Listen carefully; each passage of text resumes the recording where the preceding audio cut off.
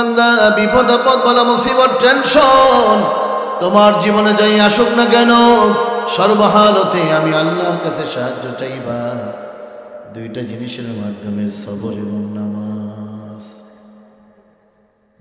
পেরেশানি নাই এমন কোনো মানুষ নাই, বিপদ নাই এমন কোনো মানুষ নাই, সর্বহালতে সাহায্য চাইতে হবে কার কাছে? ও মা বোন শোনো, তোমার সংসারী পেরেশানি, কত মানুষের কাছে বললাম, কত হুজুর থেকে তাবিজ আনলাম, পানি পড়া আনলাম, কত সালিশি পাতাইলাম, একটা বার 2 রাকাত নামাজ পড়ে আল্লাহর কাছে বলার সুযোগ তোমার হইল না। দুনিয়ার মানুষেরা কেউ কিছু করতে পারবে না আল্লাহর তরফ থেকে যদি দয়া মায়া না হয়। ও যুবক, তোমার চাকরি হয় না, আল্লাহর কাছে বলো, আল্লাহর কাছে বলো। চেয়ারম্যানের কাছে দরখাস্ত দিলাম, এমপির সাথে সাক্ষাৎ করলাম, এমপিও কিছু করতে পারবে না, চেয়ারম্যানও কিছু করতে পারবে না। আল্লাহর তরফ থেকে যদি সিদ্ধান্ত রহমত না হয়, এজন্য সবার আগে আমরা আপনার যখন যা কিছু দরকার হবে, বিপদ আপদ বালা মুসিবত টেনশন যাই আসুক না কেন, সর্বহালতে সবার আগে চাইবো বলবো কার কাছে? এটা হলো 1 নম্বর কথা। আজকে আমি আপনাদের সামনে কোরআন থেকে 3 কথা, হাদিস থেকে 3 কথা, মোট আলোচনা হবে 6 কথা ইনশাল্লাহ বলি সবাই। এরপরে বাকি থাকবে মুসানবীর কয় কথা? 1 কথা, এটাও তো বলতে হবে। ও যুবক, এখনো কেন রাস্তায়, এখনো কেন দোকানে, এখনো কেন বাজারে আসো? টিভি বন্ধ করে দাও, ফেসবুক ইউটিউব বন্ধ করে, রাস্তায় না থেকে, বাজারে না থেকে, দোকানে না থেকে অল্প সময়ের মধ্যে জান্নাতি বাগানে চলে আসো। আল্লাহর দরবারে ফরিয়াদ করি, আল্লাহ যেই যুবকটা, যেই মানুষটা রাস্তায় না থেকে, বাজারে না থেকে, দোকানে না থেকে অল্প সময়ের মধ্যে জান্নাতি বাগানে চলে আসবে, আল্লাহ সবাইকে তুমি জান্নাতি মানুষ বানিয়ে দিও, বলি আমিন। শান্তি দেওয়ার মালিককে একটু আওয়াজ করে বলতে হবে, শান্তি দেওয়ার মালিককে। এই শাহাদত আঙ্গুলটা উঁচা করে বলি, শান্তি দেওয়ার মালিককে। ওয়াস্তাঈনু বিস-সাবরি ওয়াস-সালাত। প্রত্যেকটা কথার ধারাবাহিকতা মনে রাখবেন। আমাদের এক সমাজে একটা অভ্যাস হয়ে গেছে, অনেক জায়গায় ওয়াজ 2 ঘন্টা, 2.5 ঘন্টা, 3 ঘন্টা হয়, কিন্তু সর্বশেষ গিয়ে কিছুই মনে রাখা যায় না, পরের দিন 2টা কথাও শোনানো যায় না। আজকে আমরা এমনভাবে বলবো, শুনবো, যাতে করে কথাগুলো মুখস্থ থাকে, মনে থাকে, আমল করা সহজ হয়। আল্লাহ যেন সেইভাবে বলা, শোনা, আমল করার তৌফিক দান করেন, বলি আমিন। ওয়াস্তাঈনু বিস-সাবরি ওয়াস-সালাত। আল্লাহ তাআলার কাছে চাইলে আল্লাহ তাআলা অনেক গুণ বাড়িয়ে দেন। দুনিয়ার মানুষের কাছে যতই চাই না কেন, সেও কিছু দিতে পারবে না আল্লাহর তরফ থেকে যদি দয়া না হয়। এজন্যই সবসময় ফিকির রাখা, আমার যখন যা কিছু দরকার হবে সবার আগে চাইবো বলবো একমাত্র কার কাছে? বাগদাদের একটা ঘটনা আছে, ইরাকের বাগদাদের ঘটনা। খলিফা হারুন আর-রশিদের কাছে খবর চলে গেল, ও খলিফা, 10 ডাকাত ধরা পড়েছে। খলিফা বললেন, ডাকাতদেরকে আমার কাছে নিয়ে আসো। 10 ডাকাত নিয়ে খলিফার কাছে রওনা করল। পথের মধ্যে একজন ডাকাত পালিয়ে গেল। আছে কয়জন? পুলিশের লোকজন চিন্তা করলো, খলিফার কাছে খবর পাঠাইলাম, ডাকাতের সংখ্যা 10 জন, এখন তো 9 জন। যদি একজন কম নিয়ে যাই তাহলে খলিফা মনে করবে একজনের সাথে মনে হয় অবৈধ লেনদেন হয়েছে, তাকে ছেড়ে দেওয়া হয়েছে। আমি আপনাদের কাছে জানতে চাই, অবৈধ লেনদেনের মাধ্যমে নির্দোষকে আসামি বানানো, আসামিকে নির্দোষ বানানোর মতো পুলিশ আমাদের বাংলাদেশে আছে কিনা? হঠাৎ দেখে রাস্তার পাশ দিয়ে এক মুরব্বী হেঁটে যায়, তাকে ধরছে, রশি দিয়ে বাঁধছে, 9 জনের সাথে মিলিয়ে 10 পুরা করছে। ও খলিফা, এই 10 ডাকাত নিয়ে আসছি। খলিফা বললেন, ডাকাতদেরকে বন্দি করো। 10 ডাকাতকে বন্দি করা হলো। কদিন পর খলিফা বললেন, জেলাদ শোনো, ওই 10 ডাকাতকে বলো, যার যার আত্মীয় স্বজন এক একজনে যদি 10,000 দিরহাম করে রাষ্ট্রীয় ফান্ডে জমা দেয়, তাহলে মুক্তির ব্যবস্থা হয়ে যাবে। জেলার কথাটা সবাইকে জানিয়ে দিল, তোমরা প্রত্যেকে যদি এক একজনে 10,000 দিরহাম করে রাষ্ট্রীয় ফান্ডে জমা দাও, তাহলে তোমাদের মুক্তির ব্যবস্থা হয়ে যাবে। আমি আপনাদের কাছে জানতে চাই, 10 জন কি ডাকাত? ডাকাত কয়জন? ভালো মানুষ কয়জন? অনেক সময় দেখা যায় অন্যায় করে নাই জেল হয়ে যায়, অন্যায় করে নাই ফাঁসি হয়ে যায়, অন্যায় করলো নরসিংদীর সেন্টু জেলখানায় বন্দি, গাজীপুরের সেন্টু।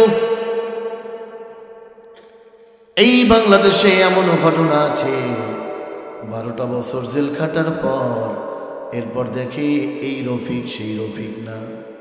তাহলে যারা মিথ্যা মামলা, মিথ্যা সাক্ষী দিয়া একজন নির্দোষ ব্যক্তিকে মামলায় দিয়া জেল খাটাইল, তাদেরও হাতে জাহান্নামের শিকল অপেক্ষায় আছে কিনা? জেলার বললেন, শোনো, এক একজনে যদি 10,000 দিরহাম করে রাষ্ট্রীয় ফান্ডে জমা দাও, তাহলে মুক্তির ব্যবস্থা হয়ে যাবে। 9 ডাকাতের লোকজন যার যার আত্মীয় স্বজন এসে এক একজনে 10,000 দিরহাম করে রাষ্ট্রীয় ফান্ডে জমা দিয়ে যার যার আত্মীয়কে সারিয়ে নিয়ে গেল। জেলখানায় বাকি আছে কয়জন? জেলার বলল, কি ব্যাপার, তোমার কি কোনো আত্মীয় স্বজন নাই? তোমার কি কোনো আপনজন নাই? এই লোকটা বলল, জেলার, আমি দুনিয়ার মানুষের কাছে কিছু বলবো না। আমি যে ডাকাতি করি নাই দুনিয়ার মানুষে না জানলেও একজনে জানি, তিনি কে? এই লোকটা বলল, জেলার, শোনো, আমি যে ডাকাতি করি নাই দুনিয়ার কেউ না জানলেও আল্লাহ জানেন। আমি দুনিয়ার মানুষের কাছে বলবো না, আমি আমার কথাগুলো আল্লাহর কাছে বলবো। একটা চিঠি লিখছে, চিঠির মধ্যে লিখছে, আল্লাহ, আমি যে ডাকাতি করি নাই দুনিয়ার কেউ না জানলেও তুমি তা জানো। আল্লাহ, আল্লাহ, তুমি আমাকে কুদরতিভাবে মুক্তির ব্যবস্থা করে দাও। ও জেলার, এই চিঠি নিয়ে খলিফার কাছে দিও। জেলার বলল, আমি দিতে পারবো না। তো যদি দিতে না পারো, তো খলিফা যে কামরায় ঘুমায় ছাদের উপরে রেখে দিও। ছাদের উপরে রাখলো। গভীর রাত, খলিফা স্বপ্নে দেখে কে যেন তাকে আকাশে নিয়ে গেল। গায়েব থেকে আওয়াজ আসতেছে, ও খলিফা হারুন, 9 ডাকাতের লোকজন যার যার আত্মীয় স্বজন এসে এক একজনে 10,000 দিরহাম করে রাষ্ট্রীয় ফান্ডে জমা দিয়া যার যার আত্মীয়কে সারিয়ে নিয়ে গেল। খলিফা হারুন, আমার একটা গোলাম তোমার জেলখানায় বন্দি, আগামীকাল সকালবেলা আমার গোলামটাকে তুমি মুক্তি দিয়ে দাও। আওয়াজ করে বলি সুবহানাল্লাহ। খলিফার ঘুম ভাঙল। কি স্বপ্নে দেখলাম, কি স্বপ্নে দেখলাম? ও জেলার, জেলখানায় কেউ বাকি আছে কিনা? জেলার বলল, একজন বাকি আছে, তাকে ডেকে নিয়ে আসো। ডেকে নিয়ে আসা হলো, পাশে বসাইল, তার কাছ থেকে সব কথাগুলো শুনল। এবার খলিফা বুঝতে পারলো এই মুরব্বী আসলে ডাকাত না। উন্নত মানের পোশাক পরাইলো, উন্নত মানের খাবার খাওয়াইলো, একটা না দুইটা না। খলিফা হারুন রশিদ ওই মুরব্বীকে 70টা উট হাদিয়া দিল। কয়টা? কয়টা? জেলারকে বলল, জেলার, শোনো শোনো, বাগদাদ শহরে ঘোষণা দিয়ে দাও, বাগদাদ শহরে ঘোষণা দিয়ে দাও, যারা দুনিয়ার মানুষের কাছে সাহায্য চায়, 70টা না, যারা দুনিয়ার মানুষের কাছে সাহায্য চায় 10,000 দিরহাম রাষ্ট্রীয় ফান্ডে জমা দিয়া তারপরে মুক্তি পায়। আর যারা স্বয়ং আল্লাহর কাছে সাহায্য চায় 70টা উট হাদিয়া পাইয়া বাড়িতে চলে যায়। ভাই গো, আলোচনা প্রত্যেকটা বিষয় লম্বা ব্যাখ্যা করার প্রয়োজন নাই।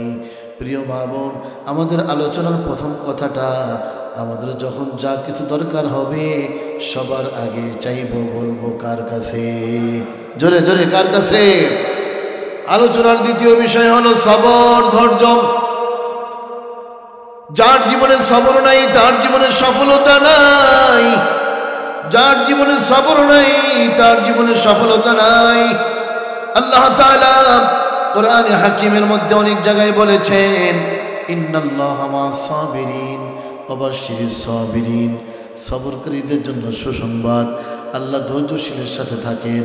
ইন্নাল্লাহা ইউহিব্বুস সাবিরিন, আল্লাহ তাআলা ধৈর্যশীলকে পছন্দ করেন। যার জীবনে সবর নাই তার জীবনে সফলতা নাই, যার জীবনে ধৈর্য নাই তার জীবনে সফলতা নাই। অনেক মা বোন হঠাৎ করে বেসবর হয়ে যায়, স্বামীর সাথে ঝগড়া করে, স্বামী শোনো আগামীকাল থেকে আমি আর বাচ্চাকে নিয়ে মাদ্রাসায় যাব না, বাচ্চাকে নিয়ে স্কুলে যাব না। স্বামী বলে কি ব্যাপার, সকালবেলাও তো তোমার মনটা ভালো ছিল, হঠাৎ করে তোমার মনটা এত কেন খারাপ হলো? স্ত্রী বলে, স্বামী শোনো, আমি যে বাচ্চাকে নিয়ে কোচিং সেন্টারে যাই, স্কুলে যাই, যত মহিলারা আসে প্রত্যেকটা মহিলার গলায় দেখি একটা স্বর্ণের চেইন থাকে, হাতে আংটি থাকে, এরপরে চুড়ি থাকে। আমার কপালটা এত খারাপ, একটা ভালো কানের দুলও আমার নাই, লজ্জায় আমি মরে যাই। আগামীকাল থেকে আমি আর বাচ্চাকে নিয়ে স্কুলে যাব না। ও মা, তোমাকে বলে যাই শোনো, ও বোন তোমাকে বলে যাই শোনো, তোমার স্বামী তোমার জন্য যা বরাদ্দ করে, তোমার জন্য যা আয় করে, তোমার জন্য যা ব্যয় করে, তুমি তার উপরে সন্তুষ্ট থাকো আর সবর করো। অতিরিক্ত চাওয়ার মধ্যে যাইও না, তুমি সবর করো। তোমার স্বামী তোমার জন্য যা ব্যয় করে তার উপরে তুমি সন্তুষ্ট থাকো। কবুল করার মালিক একমাত্র, জোরে বলেন কে কে কে? অনেক যুবক বেসবর হয়ে যায়, মায়ের সাথে ঝগড়া করে, মা আমার 5 বন্ধু আছে, 5 বন্ধুর সাথে 5টা হুন্ডা আছে। সেদিন বিকালবেলা 5টা বন্ধু 5টা হুন্ডা নিয়ে ঢাকা হয়ে একবারে পদ্মা সেতু ঘুরে আসলো। আমার কপালটা এত খারাপ, ভালো একটা সাইকেলও আমার নাই। যুবক ভাই, এরকমের কথা তুমি কখনো তোমার মাকে বলবা না, বাবাকে বলবা না। তোমার আব্বা তোমার আম্মা তোমার জন্য যা বরাদ্দ করে ব্যয় করে, তুমি তার উপরে সন্তুষ্ট থাকো। আর আব্বা আম্মার মন খুশি করার চেষ্টা করো, আদর্শবান হও, ভালো করে লেখাপড়া করো। তুমি যদি মা বাবাকে খুশি করতে পারো, তোমার বন্ধুরা হয়তো এক একজনে এক একটা হুন্ডার মালিক হয়েছে, আল্লাহ তাআলা তোমাকে প্রাইভেট কারের মালিক বানিয়ে দিতে পারেন। এই ক্ষমতা আল্লাহ তাআলার আছে কিনা জোরে বলেন সবাই, আছে কিনা? আলোচনার দ্বিতীয় বিষয় হলো সবর, ধৈর্য। আমাকে কেউ গালি দিল আমি গালি দেব না, আমাকে কেউ মন্দ বলল আমি মন্দ বলবো না, আমাকে কেউ মিথ্যা মামলা দিল আমি মিথ্যা মামলা দেব না, আমাকে কেউ ঠকাইলো আমি ঠকাবো না, আমার সাথে কেউ ওয়াদা খেলাপ করলো আমি কখনো ওয়াদা খেলাপ করবো না, আমাকে কেউ কথা দিয়ে কষ্ট দিল আমি কাউকে কথা দিয়ে কষ্ট দেব না, আমার সাথে কেউ খারাপ আচরণ করলো আমি কারোর সাথে খারাপ আচরণ করব না। আমাদের নবী কেমন নবী ছিলেন যুবক ভাই ও মা বোন, ভালো করে শোনো। রহমতের নবী মসজিদের মধ্যে বসা, এক ইহুদি এসে বলতেছে, মুহাম্মদ শোনো, তুমি আমার থেকে খেজুর ধার নিয়েছিলে, খেজুর দাও। এখন তো মানুষ ধার দিতে চায় না, এখন তো মানুষ ধার দিতে চায় না। কেন দিতে চায় না? দিয়া তো আর পায় না, সেজন্যই দিতে চায় না। অথচ ধার দেওয়ার মধ্যে কত সওয়াব, কত নেকি। কেউ যদি কারো জরুরত পুরো করার জন্য ধার দেয়, কর্জে হাসানা দেয়, আবার যদি সময় মতো নিয়ে নেয়, দান করার সমপরিমাণ সওয়াব মহান আল্লাহ তাআলা তার আমলনামায় জমা করে দেন। এখন তো মানুষ ধার দেয় না, কেন দেয় না? দিয়ে তো আর পায় না। যেদিন টাকা ধার নেওয়ার কথা, কত সুন্দর সুন্দর কথা, আর যেদিন টাকা দেওয়ার কথা সেদিন মোবাইলটাও রাখে বন্ধ। এরকমের অন্ধমার্কা ভণ্ড লোক আমাদের সমাজে আছে কিনা? ইহুদি বলল, মুহাম্মদ শোনো শোনো, তুমি আমার থেকে খেজুর ধার নিয়েছিলে, খেজুর দাও। নবীজি বললেন, ইহুদি আজকে দেওয়ার কথা না, আগামীকাল দেওয়ার কথা, এখন তুমি কেন চাও? ইহুদি বলল, মুহাম্মদ আমি কিছুই শুনতে চাই না, তোমার এখনই দিতে হবে, এখনই দিতে হবে। নবীজি মুস্কি মুস্কি হাসেন আর বলেন, ইহুদি আজকে তো দেওয়ার কথা না, আগামীকাল দেওয়ার কথা, তুমি এখন কেন চাও? রহমতের নবী মুস্কি মুস্কি হাসেন। একটা পর্যায়ে ইহুদি নবীজিকে ধাক্কা দিল আর বলতে লাগলো, কেন দিবা না, তোমার এখনই দিতে হবে। ইহুদি নবীজির জামা ধরে টান দেয়, ধাক্কা দেয়। আর রহমতের নবী মুস্কি মুস্কি হাসেন আর বলেন, ইহুদি আজকে তো দেওয়ার কথা না, আগামীকাল দেওয়ার কথা। যেই সময় ইহুদি নবীজির জামা ধরে টান দেয়, ধাক্কা দিয়ে কথা বলেন, ওই সময় গোটা মদিনার ক্ষমতা নবীজির হাতে। ইচ্ছা করলে মাটির সাথে মিশিয়ে দিতে পারেন, কিন্তু ধৈর্য কাকে বলা হয়, সবর কাকে বলা হয়? আমাদের তো সবর নাই, আমরা কেমন নবীর উম্মত। ইহুদি যখন নবীজির জামা ধরে টান দিল, হযরত ওমর পাশে বসা সহ্য করতে পারলেন না, দাঁড়িয়ে গেলেন, তরবারিটা খাপ থেকে বের করলেন, এরপরে বললেন, এই ইহুদি শোনো, এই ইহুদি শোনো, তোমার গর্দানটা ফালিয়ে দেওয়ার জন্য, তোমার কল্লাটা ফালিয়ে দেওয়ার জন্য এই রাসূলের অনুমতির যদি প্রয়োজন না হইতো, আমি একটু দেরি করতাম না, তোমার কল্লাটা আমি ফালিয়ে দিতাম। যেই মাত্র হযরত ওমর ইহুদিকে ধমক দিল, তরবারি দেখাইল, রহমতের নবীর চেহারা মলিন হয়ে গেল। নবীজি বললেন, ওমর তুমি কেন ইহুদিকে ধমক দিলা, তরবারি দেখাইলা? তুমি কেন ধমক দিলা, তরবারি দেখাইলা? একটু বলেন না, আল্লাহু আকবার বলেন না। নবীজি বললেন, ওমর শোনো, তুমি একটা কাজ করো, ইহুদিকে নিয়ে তুমি তোমার বাড়িতে চলে যাও, তোমার যে খেজুরের গোডাউন আছে, ওই খেজুরের গোডাউন খুলি এই ইহুদিকে তুমি ডাবল পরিমাণ খেজুর দিয়ে দাও। হযরত ওমর ইহুদির হাতখানা ধরলেন, বাড়ির দিকে রওনা করলেন। পথের মধ্যে ইহুদি বলল, ওমর শোনো, তোমার নবী তোমাকে বলেছেন খেজুর দেওয়ার জন্য, তুমি একটু জানতেও চাইলে না, তুমি কেন খেজুর দিবা? তুমি আমাকে নিয়ে রওনা করলা, তার কারণ কি? হযরত ওমর যেই জবাবটা দিয়েছিলেন, ওই জবাবটা আমাদের প্রত্যেকের অন্তরে ভালো করে বসায় নেওয়া উচিত। হযরত ওমর বললেন, ইহুদি শোনো, আমার নবী আমাকে বলেছেন, সেখানে কোনো কেন নাই, কেন নাই। আমার নবী আমাকে বলেছেন, নবীর কথা মানাই হলো আমার জন্য ইবাদত। দেখবেন সমাজে কিছু মানুষ এমন আছে, হয়তো প্রশ্ন, নামাজ 5 ওয়াক্ত কেন, রোজা 1 মাস কেন, কোরআন শরীফ 30 পারা কেন? কোনো কেন নাই, কেন নাই। আল্লাহ তাআলা যেটা বলেছেন, নবীজি যেটা বলেছেন, সেখানে কোনো কেন নাই। বিনা বাক্যে মেনে নেওয়াই হলো মুসলমানের লক্ষণ।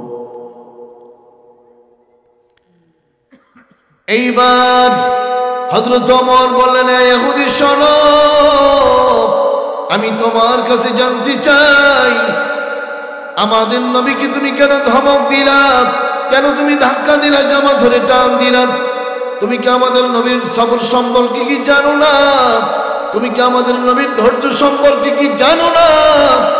তুমি কেন একদিন আগে এসে খেজুর চাইলাম, নবীকে ধমক দিলাম, নবীর জামা ধরে টান দিলাম? আসল রহস্য বের হয়ে গেল। এবার ইহুদি বলতেছে, ওমর তুমি আমাকে চিনতে পারো নাই, আমার নাম যায়েদ, লোকেরা আমাকে আল্লামা যায়েদ বলে, গোটা তাওরাত কিতাব আমার মুখস্থ আছে।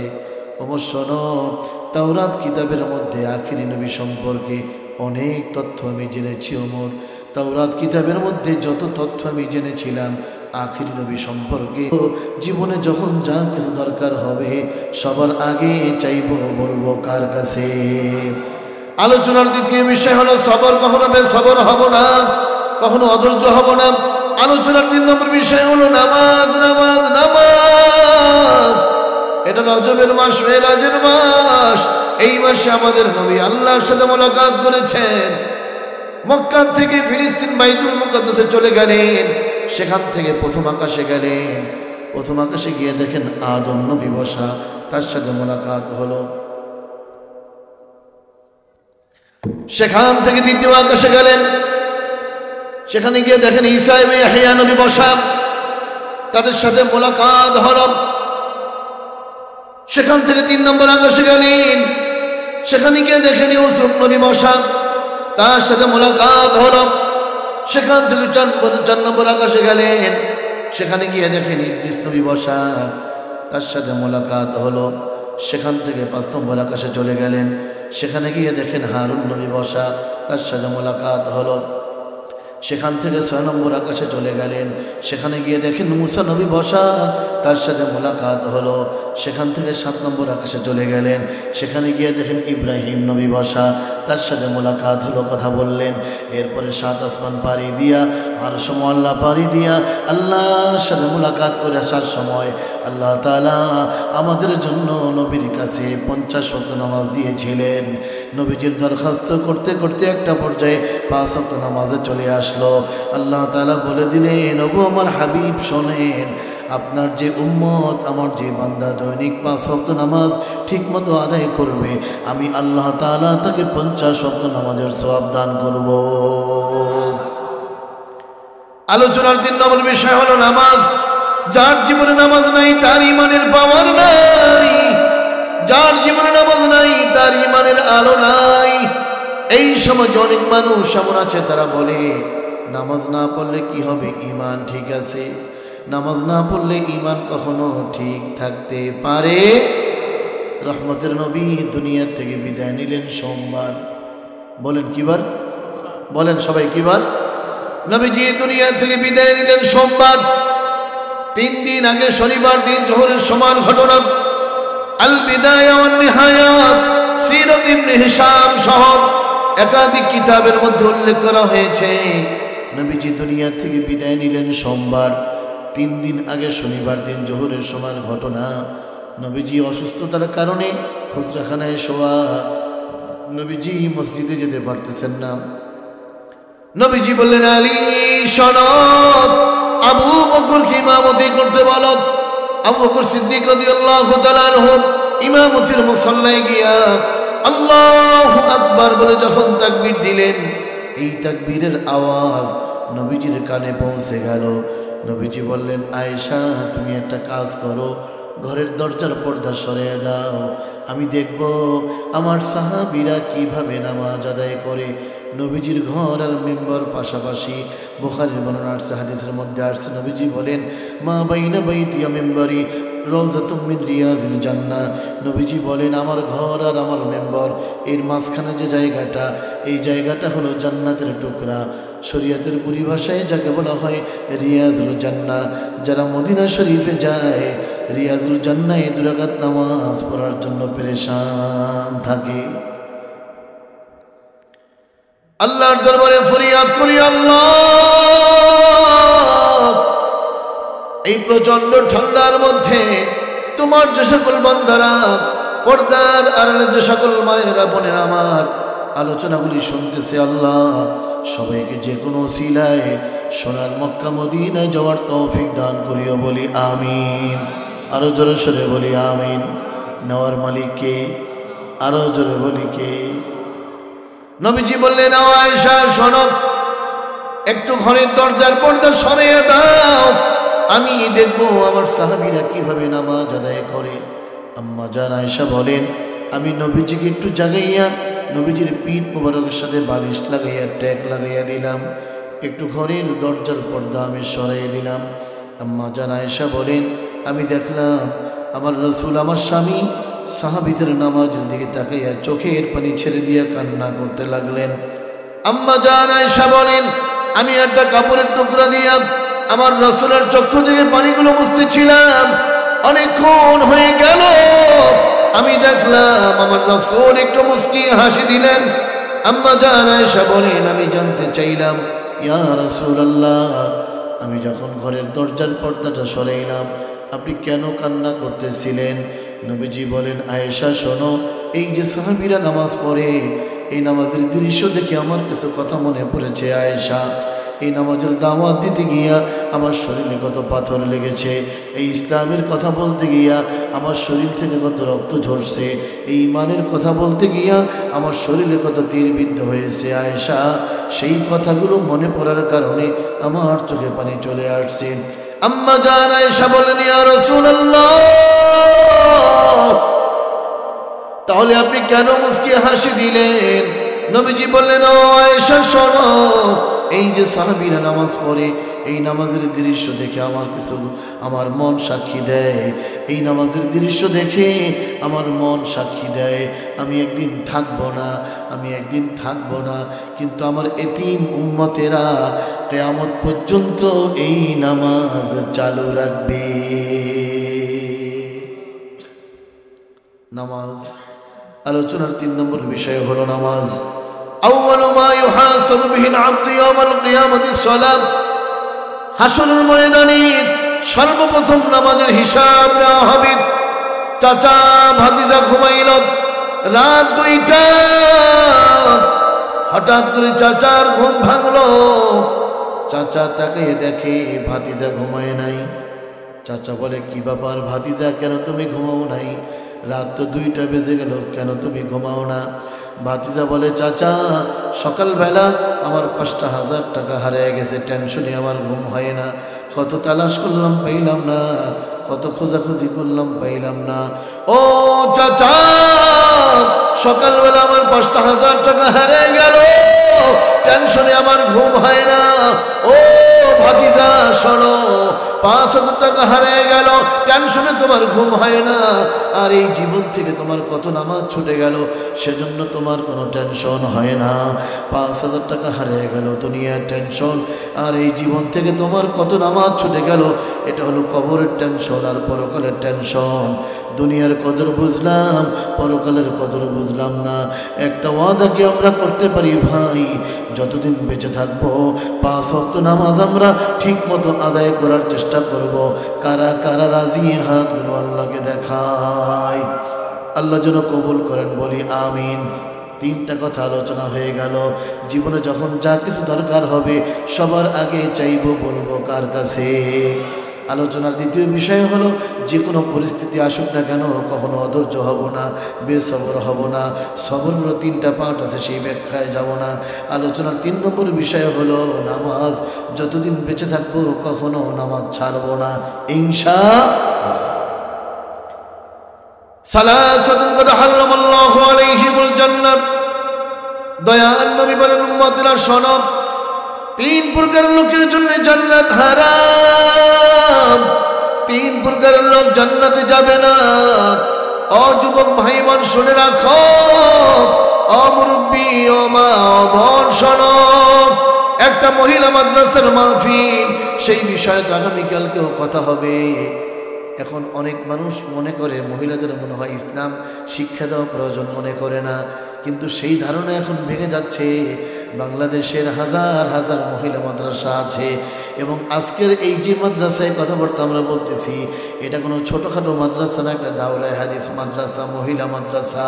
এবছরও 10টা মেয়ে এখান থেকে বুখারীর সনদ নিয়ে যাবে, বলি আলহামদুলিল্লাহ। এলাকার লোকজন বড় সৌভাগ্যবান। ও মা শোনো, যেই 10টা মেয়ে বুখারীর সনদ নিবেন, ধন্য এই মা, যেই মায়ের পেটে এই মেয়েগুলি হলো। ধন্য ওই বাবারা, যেই বাবা এই মেয়েগুলো, যেই বাবা এই মেয়েদেরকে দুনিয়াতে আসার জন্য আল্লাহর দরবারে ফরিয়াদ করলো। আর সেই মেয়েগুলো আজকে বুখারীর সনদ নেওয়ার জন্য অপেক্ষা আছে। আগামীকাল সর্বশেষ হাদিস তারা পাঠ করে বুখারীর সনদ নিবে। ধন্য ওই মা বাবা। সন্তানকে সবার আগে ধর্ম শিক্ষা দেওয়া, সন্তানকে সবার আগে দ্বীন শিক্ষা দেওয়া, সন্তানকে সবার আগে ধর্ম শিক্ষা দেওয়া, সন্তানকে সবার আগে কোরআন শিক্ষা দেওয়া। এই সমাজে অনেক মানুষ সমাজের এমন আছে, তারা মনে করে মাদ্রাসায় পড়লে কি খাবে। আমি আপনাদের কাছে জানতে চাই, রিজিকের মালিক কে? জোরে বলেন কে? আমি সেই ব্যাখ্যাও যাব না, যেহেতু জানুয়ারি মাস চলতেছে। এখনও এমন লোক এমন আছে যাদের বাচ্চা ছোট, বয়স 5-6 বছর, এখনও কোথাও ভর্তি করেন নাই।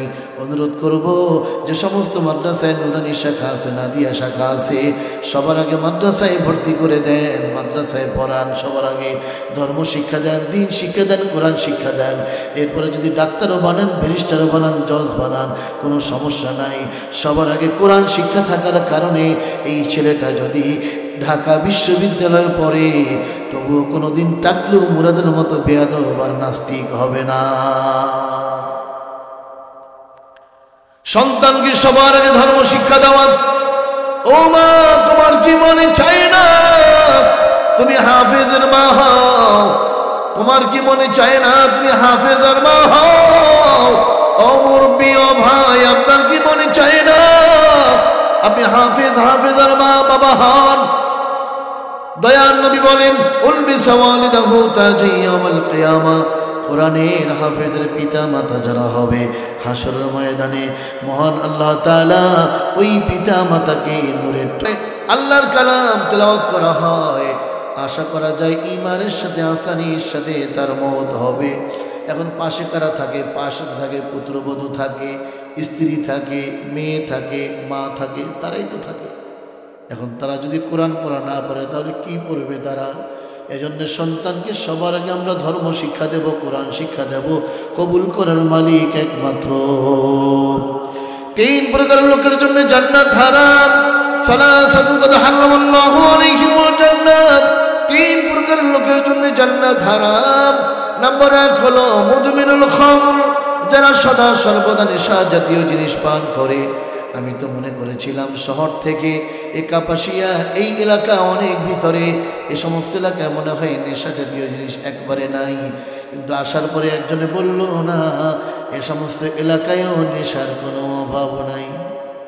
ঠিক কথা, ঠিক আছে, আছে। 3 প্রকারের লোকের জন্য জান্নাত হারাম। নাম্বার 1 হলো নেশাখোর, জান্নাতে যাবে না। মুদমিনুল খামর, যারা সদা সর্বদা নেশা জাতীয় জিনিস পান করে, মদ, গাঁজা, হেরোইন, ফেন্সিডিল, আফিন, ইয়াবা, এইসব নেশা জাতীয় জিনিস যারা সদা সর্বদা পান করে, নবীজি বলেন তাদের কপালে জান্নাত নাই। ও যুবক শোনো, তুমি হয়তোবা মনে করেছো তোমার আব্বা দেখে না, আম্মা দেখে না, তোমার আদরের বোনটা দেখে না, তুমি নেশা করো। মনে রাখবা, একজনকে তো ফাঁকি দেওয়া যায় না, তিনি একমাত্র কে কে কে? যুবক, তোমাকে বলে যাই শোনো, এখন আমার কথাগুলো তোমার কাছে হয়তো বা ভালো লাগবে না, কিন্তু যেদিন কঠিন কঠিন রোগ ধরা পড়বে সেদিন চোখের পানি ছেড়ে দিয়া শুধুমাত্র বালিশটাকে ভিজাইবা, করার কিছুই থাকবে না। সিদ্ধান্ত নাও, আর নেশার মধ্যে জড়াইবা না। জীবন সুন্দর হবে, যৌবন সুন্দর হবে। শান্তি দেওয়ার মালিক একমাত্র কে? 3 প্রকারের লোকের জন্য জান্নাত হারাম। নাম্বার 1 হলো নেশাখোর, জান্নাতে যাবে না। নাম্বার 2 হলো আল-আক, পিতামাতার অবাধ্য সন্তান, জান্নাতে যাবে না। ও পিতামাতার সন্তানেরা শোনো, শোনো, যারা মা বাবার অন্তর দুঃখ দেয়, কষ্ট দেয়, তাদের 3 ধরনের শাস্তি হবে। নাম্বার 1 হলো মা বাবার অন্তরে যে যেরকমের দুঃখ কষ্ট দেয়, ওই রকমের দুঃখ কষ্ট না পাইয়া দুনিয়ার থেকে মরবে না। নাম্বার 2 হলো পিতা মাতার অন্তরে যারা দুঃখ কষ্ট দেয়, মৃত্যুর সময় তাদের কালেমা নসিব হবে না। নাম্বার 3 হলো পিতা মাতার অন্তরে যারা দুঃখ কষ্ট দেয়, ওই পিতা মাতা যদি ক্ষমা না করে আল্লাহ ক্ষমা করবে না। যুবক ভাই বোন শোনো, তুমি তোমার আম্মার সাথে ধমক দিয়ে কথা বলো, তুমি তোমার আব্বার সাথে ধমক দিয়ে কথা বলো। এখন তুমি বুঝবা না, যেদিন তুমি কলেজ থেকে বাসায় আসবা, মাদ্রাসায় থেকে বাসায় আসবা, স্কুল থেকে বাসায় আসবা, বাইরের থেকে বাসায় আসবা, বাসায় এসে দেখবা আম্মা যে খাটে ঘুমাইতো ওই খাটটা ঘরে আছে, কিন্তু আম্মা মাটির ঘরে ঘুমায়। আব্বা যে পাঞ্জাবিটা গায়ে দিয়া মসজিদে যাইতো ওই পাঞ্জাবিটা ঘরে আছে, কিন্তু আব্বা মাটির ঘরে ঘুমায়। সেদিন বুঝতে পারবা এই দুনিয়ায় আব্বা আম্মা কত বড় নেয়ামত। নবীজি বলেন, বুখারীর বর্ণনা আসছে, হুমা জান্নাত ওয়া নারুক, বাপ মা তোমার জান্নাত, বাপ মা তোমার জাহান্নাম। বাপ মাকে খুশি করো, জান্নাতি হইবা। বাপ মা যদি নারাজ থাকে, তোমার কপালে জান্নাত নাই। সেজন্য সিদ্ধান্ত নিতে হবে, এমন কোনো কথা বলবো না, এমন কোনো কাজ করব না, এমন কোনো চিন্তা করব না যেই কথায়, যেই কাজে, যেই সিদ্ধান্তে আব্বা আম্মা কষ্ট পায়। 3 প্রকারের লোকের জন্য জান্নাত হারাম। নেশাখোর জান্নাতে যাবে না, পিতা মাতার অবাধ্য সন্তান জান্নাতে যাবে না। নাম্বার 3 হলো দাইয়ুস, জান্নাতে যাবে না। দাইয়ুস কাকে বলা হয়? আল্লাযী ইউকিল্লু ফি আহলিহিল খুবস। দাইয়ুস ওই পুরুষ, ওই মহিলাকে বলা হয় যেই পুরুষ, যেই মহিলা তার ঘরের মধ্যে অশ্লীলতা, বেহায়াপনা, বেপরদিগি, নোংরামি, ল্যাংটামি এগুলি দেখে, কিন্তু কিছু বলে না। বাবা দেখে মেয়েটা নোংরা পোশাক পরে কলেজে যায়, বাবা মেয়েটাকে কিছু বলে না। স্বামী দেখে স্ত্রী নোংরা শাড়ি পরে মার্কেটে যায়, স্বামী স্ত্রীকে কিছু বলে না। আমি আপনাদের কাছে জানতে চাই, এরকমের বাবা আর স্বামী আমাদের সমাজে আছে কি নাই? নবীজি বলেন, আল্লাযী ইউকিরু ফি আহলিহিল খুবস, দায়ুস এই পুরুষ এই মহিলাকে বলা হয় যেই পুরুষ যেই মহিলা তার ঘরের মধ্যে সমাজের মধ্যে অশ্লীলতা, বেহায়াপনা, বিপরদিকে নোংরামি এগুলি দেখে কিন্তু কিছু বলে না। এই তিন প্রকারের মধ্যে আমরা থাকতে চাই। কারা কারা? নেশা